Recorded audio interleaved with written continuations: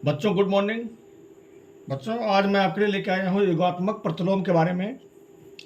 योगात्मक प्रतिलोम क्या है इसी के बारे में मैं आपको बताऊंगा। तो योगात्मक प्रतिलोम पहले इसको समझ लीजिए। देखिए, किसी परिमेय संख्या का योगात्मक प्रतिलोम, देखिए नाम से ही स्पष्ट हो रहा है। योगात्मक प्रतिलोम, प्रतिलोम का मतलब होता है उल्टा, ठीक है।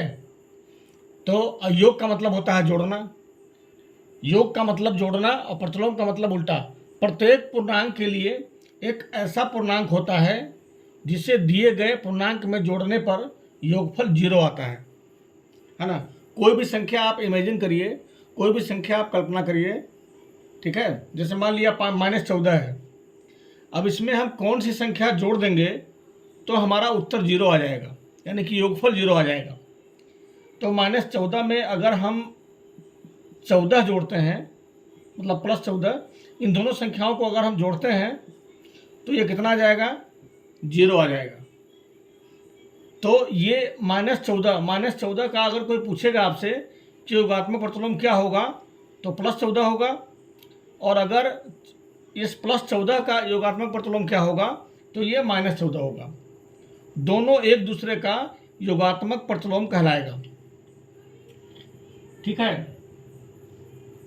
जैसे मान लिया एक संख्या और ले लीजिए। जैसे मान लिया आपसे पूछ रहा है सवाल 3/2।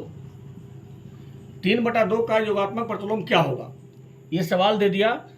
तो क्या लिखेंगे हम लिखेंगे कि योगात्मक प्रतिलोम बराबर योगात्मक प्रतिलोम बराबर, अब देखिए ये 3/2 प्लस में है तो हमें क्या करना है, माइनस लगा के लिख देना है, -3/2। और अगर पूछेगा -3/2 का योगात्मक प्रतिलोम क्या होगा तो लिखेंगे ये संख्या 3/2। तो आप जानते हैं 3/2 के पहले हम प्लस लगाएं या ना लगाएं, किसी भी संख्या के पहले प्लस हम लगाएं या ना लगाएं, वो संख्या प्लस में ही माना जाता है। इस तरह से मान लिया आपका सवाल है एक और -5/8। अब -5/8 का पूछ रहा है कि योगात्मक प्रतिलोम क्या होगा, तो आप क्या लिखेंगे, योगात्मक प्रतिलोम बराबर। अब देखिए ये -5/8 है तो इसका अपोजिट क्या लिखेंगे हम, 5/8। तो इन दोनों संख्याओं को जब आप जोड़िएगा तो आपका योगफल 0 आएगा। तो ये आपका है। लेकिन इसमें एक लेकिन है, अगर इसी पैटर्न पे अगर आप 0 का निकालेंगे तो आपका गलत हो जाएगा। याद कर लीजिए कि शून्य का योगात्मक प्रतिलोम हमेशा शून्य होता है। जैसे मान लिया आपसे पूछ लिया कि शून्य का योगात्मक प्रतिलोम क्या होता है, तो शून्य का योगात्मक प्रतिलोम पेपर में आपको ये नहीं लिखना है कि अब जैसे सम में आप माइनस लगा रहे हैं तो इसमें माइनस आपको नहीं लगाना है, वरना गलत हो जाएगा। शून्य का योगात्मक प्रतिलोम क्या लिखेंगे, शून्य का योगात्मक प्रतिलोम शून्य ही लिखेंगे। ऐसा मत करिएगा कि -0 लिख दीजिएगा, तो ये आपका गलत हो जाएगा, रॉन्ग हो जाएगा। शून्य का योगात्मक प्रतिलोम शून्य ही होता है। केवल शून्य ही ऐसी परिमेय संख्या है जो स्वयं ही अपना योगात्मक प्रतिलोम भी है। 0, केवल 0 ही एक ऐसी परिमेय संख्या है जो स्वयं अपना योगात्मक प्रतिलोम भी है। अब शून्य को हम परिमेय संख्या क्यों मानते हैं, 0 एक परिमेय संख्या कैसे है, ये क्वेश्चन 9th में पूछा जाता है कि शून्य एक परिमेय संख्या कैसे है। तो इसके बारे में भी थोड़ा मैं आपको बता दूं कि शून्य एक परिमेय संख्या है। क्यों?